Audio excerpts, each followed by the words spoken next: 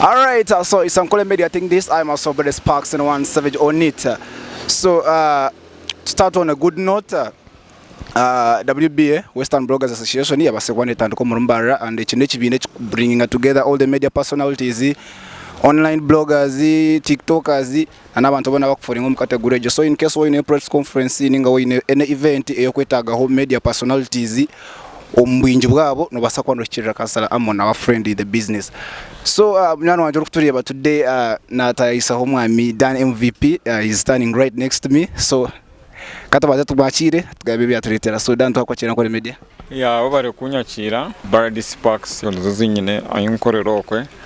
So wara nakweza opportunity kakweza interview nimba nawe ingam options they want okay let me give because I need to build content yo mu region and usually abantu bakatinga mu clips mukabusindikira abantu mu kutekereza ngo nimanya munonga ati mukubankiza kubamanya so be sensitive on what you share on bantu nkabo, but at the end of the day we are developing the industry and usually any influential person yana kunango chintu chikure na offering platforms for interviews, but I discourage those people who cut out clips kwenda kushishira band opportunities because I would be giving interviews to so many people, but now I'm constrained. I start weighing options which should not be the case, but so encouraging abantu to be respectful. If the content omuntu ya sharing ati ya kushemeza yampa endorsement ya endorsing. So no basakwebuza bwinchi dani tari hanu kusabura tari hanu kugera. We are here for a certain to address a certain issue a student busa misho konka garugo gari yamazima. So you went rukutureba okwe most special edition chikwata abayimbe munonga because nimanye binje numuza kunyigira, but ejo shonga tugumene tuje tororaho. So nakusanga nashanga mtu ino kujita koringa. So ishongeje neha umwami Dani abayimbe ba Western Uganda ningashi industry ya music mu Western Uganda kinde chikwate na kasente chanjire like okwiyama kasente kwa comparing anezin regions okaweingo kareba how what they should be getting kareba n'ekibinde no rangu. It is so ironical toka bija contrast ya man. So nkiyo nkomuntu tuireona bo because you have been with these people right I've been from the start na hata obahika, so you may know them much as like more than how we do. So iwe nkomuntu tuire naba iki kintu nikiretwa ki then tubasa kunyigipesha ki kula mtu asolvinga this issue. First of all ine kugamba ngo nabantu ngo topic gisubmitingira abantu karukumi yabarema wagiretera MVP ngo dissecting you be behind the scenes guys. Kuba abantu bako aba experts nitumukuta tuka ejishonga tukagiteka mwesera ya man. Now getting back to your question, now tunekumanya we have unprofessional people in the industry because music as a business it has a team. I can give you a scenario was on internet okagoringa omweshongoze I can give me, I'm a fan of Britney Spears. I grew up listening to Britney Spears. While on the music of Britney Spears noza kureba wakabanzo muri record label yazo muri record label this that because it's a team. So no wakureche songuru sanka born to make you happy akachikono muri record label ekyagarushiro yachikono muri record label za sometimes nkebe ekikwereka ngo music is a team, but in Western Uganda omuntu from the start binja bishongozwa kurugayo from the start mbabari a team yamara kwatayo team agi disbanding aranguneza ku muri yatutu wakireba. So the moment you disband the team okashanga wasigara wenka, you don't get creative, you don't get to know the avenues through which you can make money. Naza kugambira this is a fact wakuranka rage right now na tambura template ya bawava na Ford wachireba template iba creating or what I can mean structures or foundation ogubatiro wava na Ford wachireba noreba niyo structure ya kutambura okukora center right now, but now tubaraject tarawa hire time kuje exploitinga kurango bakora ki because there are so many avenues of music industry zo mutashimikwa na akora musente. It's not about kuza show Nigeria mutanamangu ya mweshongozi sente na Asia omushozi. That's number one. Two, haro kushanga or say like a brand ambassador or products oshanga like in Western like Ankole Media in a brand ambassador wa MVP. So nka MVP bamuteka umushara naye negotiating a deal ya weekly pay. Wakireba, we have not exploited that option. Yokusanga ngo mweshongozi ni nka brand ambassador wa w'ekitongole. Wakireba. Two, they don't get deals from distributors. Uhiroza streaming platforms za nakaza TikTok, uhiroza za Spotify, uhiroza Dizo, uhiroza za nanezin, I can't keep them in my head. Wakireba, za YouTube kugira ngo umuntu namangu atekecheshongora YouTube yaisa certain views na nafuna a payment. We have not explored the option of local distributors. I can give a scenario. If MVP is your local distributor, okagira ngo nka DM swaga nko mweshongozi yashoze byeshongora yashoza nka album akatisa na MVP akajya MVP nshoza album y'ebyeshongoro bitanu. I want you to promote it and distribute it, and we agree on a cut. Nkagira nti yes, we've made an album. We are going to make a deal. One, you pay me, I promote the whole album. Wakireba, we share costs. Then we share revenue. I can give a scenario. So kati yangu ndiye msoga shows album ya jeza MVP. So nizambuja I'm going to push it because nimbanyi ne reputation. Because ka MVP naba in networks of platforms ezikubasa kuboostinga that music ekabarere bochanga. MVP in the connections from radio A to radio Z. In the connections from TV A to TV Z. Oshanga MVP in the connections from blogger A to blogger Z. So shanga that social capital, it can make anything become popular. So natisa ni okajanti we agree on this fee or we cut. Njenti, you're going to pay me this amount of money because you expect to get that money out of it. Of course, business and so washanga mwisho ngoza kosa kuinvesting on local distributor. Wakashanga mja all the deals in because that deal is with the Buna Boy and Sony. Buna Boy ebyeshongoro album eje yawireje yaberoza na kaza this previous album yaberoza ebyeshongoro byatire eje after kilometer eje yaberoho common person eje muza common person erozo za fo last neje last erona last ona teriansia last because it was before this okay eje ya last because last Tony Braxton wine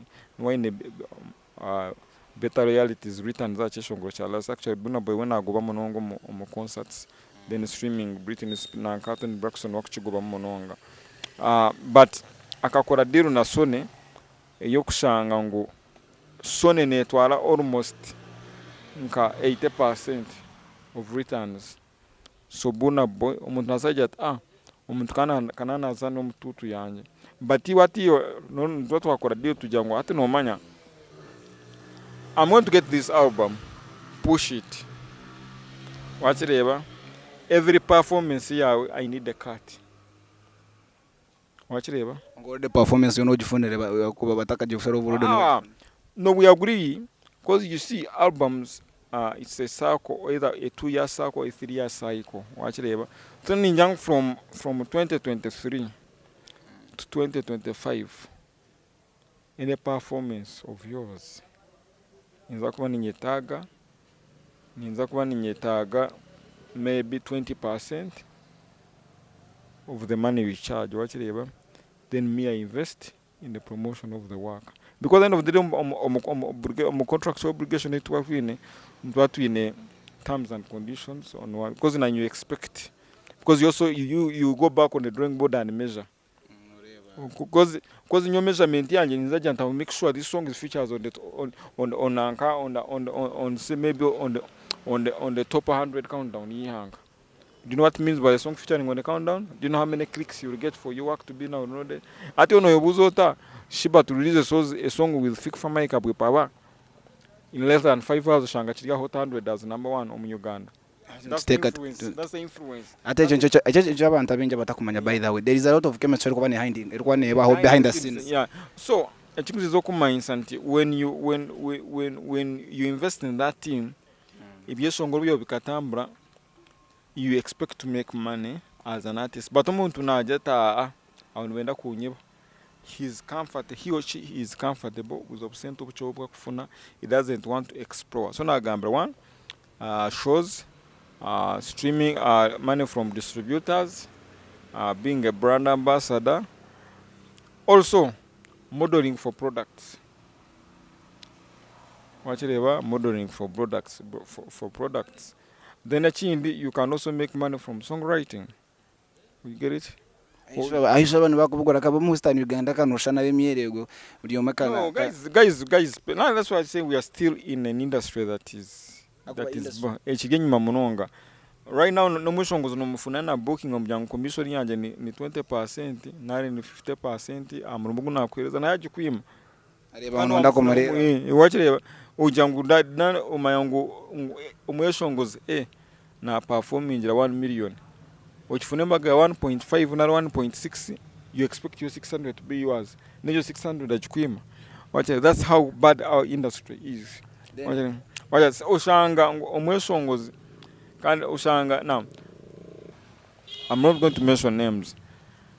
We have people who have made albums but they have not invested in their marketing. For them, they believe naza kuresa Facebook page yeye ateke yungu na show the album, ateka YouTube channel yengu ya show the album, but ayebwe presenter, ayebwe blogger, ayebwe influencer. Let me tell you, there's a difference between a blogger and an influencer.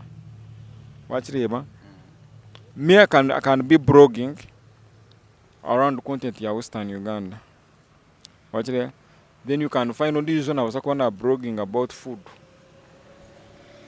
Then influencing is you can blog but you don't have influence. But influence is measured by how many people can appeal to your content. So oshanga nguwa posting a content or waga windowsing this song is good, people will definitely like it. I remember there were times, even now, not so much now, but there are times when Bobby Wine would sing in Nakwani Yachivu Chikakwata. Just that endorsement, yeah. Bobby Wine, Ubre singer, and Umanyangucho Chow. Even in politics, in Bachachi Kosomutaj Mango, NRM Yamwendo Zinga Mango Yari. So that's how influence you can have. So Mango, they fail to influence, they fail to invest in people who can manipulate people. Yeah. What needs in an industry is who can influence your art. In Kampala, those people are stars not because of their talents. They are stars because they know how to invest in the people who make them. So that's how best they can make money. Because right now, if say an artist B charges say 5 million, now among maybe 1 point something is for marketing. Yeah. Because at the moment na shaba Western Uganda umuntu nasakwa na 2 million emitwara 5 emitano kaga embaga wamubuza what are you going, why are you charging that? Nothing the reason nana basic emotions na wano zanka mbya school fees style nora waza bafuna school fees nora ngwezi ni fees for this ungato mwisho ngoza no mu Uganda, why are you charging 2 million? Wachireba, it's based on emotions. It's because maybe artist A na charging akakade na ikan charging akakade tokumanyori ya bwachina charging akakade. Wachireba abakabare bakaruga kabare ba fact zamana, those ones I'm going to mention them. Fact zaman, G-boy, Sunaz bakaruga kabare because bakaba bahereza sente based on the fact ngo bakambaruga kabare. Wachireba hatu bayankabaze Kampala baba charging sente kabaruga Kampala, but you home, you get it, eh? You actually because now there are more events in Kampala kuchiza kabare, meaning atu muntu wa Kampala naza kufuna cheaply compared to if wa kabare yabe nakwireze emitwarana wa kampani aza kuheza n'emitwaro 3 because he understands the influence you may have wakireba. So basharamu ngu baruga Kabale because they think going to Kampala was going to bring a status on them kabaruga Kampala, but has not brought any results. They have failed to invest time to make sure radios in Kabale give them enough momentum because Kabale is rural. The lifestyle of people are still mostly radio consumers. So at by investing their time in those medias and they work out partnerships with those media platforms. I know the guys, the proprietors of most radios in Kabale. Ukashanga waba approach ngabagamba you support Chigezi music. They are willing to support. How are you lobbying for it? Wachireba? How are you lobbying for it? Kuna ngwechi tukore chi? Chukure. So umangu kuchirobingira birukanga baza chi? So abinji binementekateka yoja because natekata yangu kwa kurugana yazo mu capital yazo mu central mangu nakufuna big opportunities amangu yaba exposed to a national audience. So osomgo mwe birukanga barga regional base. So that's a challenge. So you cannot make money when you're leaving home where you expect to make money. So those are, I've cited how many things they don't know. They only think about shows, of which shows take time for an artist to make money. I can give you a scenario. Do you know that Kaba Katale and Kando, the money they inject into them, but they have other platforms they are using to make money. Maybe through streaming, maybe through different photo shoots. Shangabi in a partnership in the studios, so it all goes back to having a team that is so creative. Management, yeah. So until you have a management, and you get a management that is musical, not management that are managing administrating issue. So that's why the challenge is. So they need to explore avenues. It's not about going for concerts to make money. It's not about concerts where they make money. Even where they could even be having an opportunity to make money, there are media platforms. Actually, every artist in the region, like how it is in Nigeria, Napoli Seyabo, UCC and Nigeria, a certain percentage of which music must be played. In Western Uganda, there should be, through a serious organization, in like, like maybe 40% of songs played in the region or on radio stations are songs from Ankole. So they don't want to lobby for that. So Shanga, because radio ekera mushabe kuja kubapa from now is charging a cent. Yet never sakweta kuchafu the ngom budget, but they can use the airwaves to build the exposure area. So until they improve that, that's when they will explore options to make money. Can't be they don't value people who are helping them to make that money. They need to. No gender gano where you are inviting an artist to amhereza opportunity where yakora nko kwahereza content. Of recently, I always invite you. You are remember an audience of 59k YouTube subscribers. Hatu wakwereka ngono mahango. You will not even turn up because nareba is bigger than that. So of course, now the challenge is mindset problem. We are dealing with people who are not informed. They are not informed. Internet, in WhatsApp, na Facebook. They have not used the Google to read more about music. That's the unfortunate side of what you see. Talent is not a profession. Lacking a quarter of a talented, but you don't know the dynamics of what you're talented in. To professionalize it to make money, you must read and get a team that is going to enlighten you. Watch it. Utaraba professional athletes they get teams that handle them. Watch it. They were professionalizing as making things. Umuntu wecha kuyenda nesimu ni mumpazinga ye kuzambaga yanyu. Watch it. So that's where we are going wrong in the name of music in Western Uganda. So until we get teams that can learn. Nitoa kuimba bashomesa. Anyo nimbaza kushaba consultants. oborogo tidani yashaba sente nyingi, but if I give you consultant nkakubrainstormingira, because in serious markets nabano zo mu irwaro itamanyira kuzo mu marwaro agebei, there's consultancy fee besides the medication. Just to, speak to a doctor is consultancy fee. So in the industry, what a decision on song A, song B. Get people who are professional, who you can consult. Wachireba bakugambe ngweche shongore chinji basakore chitikirakora. Wachireba you injecting obahereze okore consultancy okore obenanka okore consulting, then you get oyongera knowledge yokumanya, because most of the songs they release them because of emotions. Ajangu artist A ya shows na can shows the next week tia manyichi ya shows and meeting anomutindo wachireba, and you cannot just throw things into the public.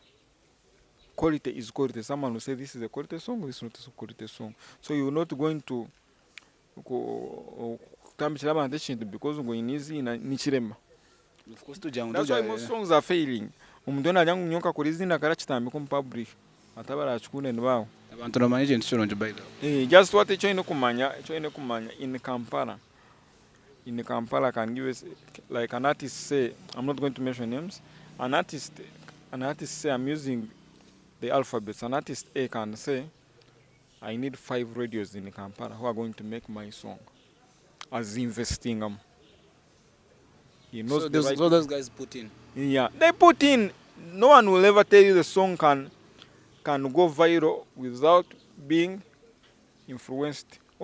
Nenjeresha mwachura you had to say there. But arikubiha, no song can become a hit without being influenced by money.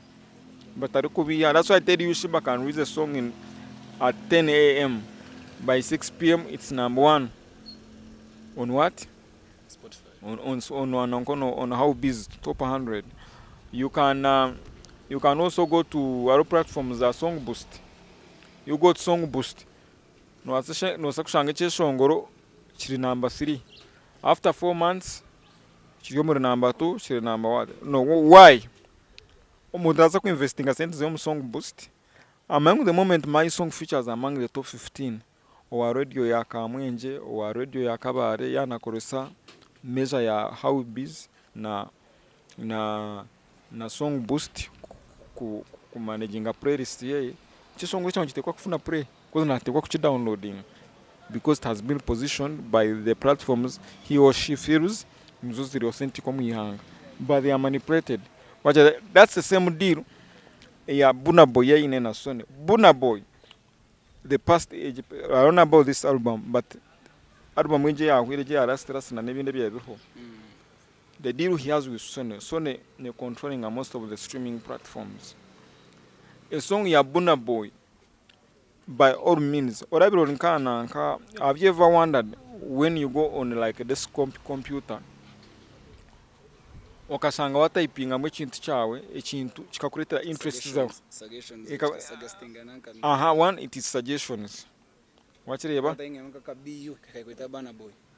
kakuletera Burna Boy those are the things, that's how they manipulate system those thing is impactful wachireba then ekindi orabe no typing okagira ngo at right now 3 Star Gardens orabe no typing I'm going to Mbarara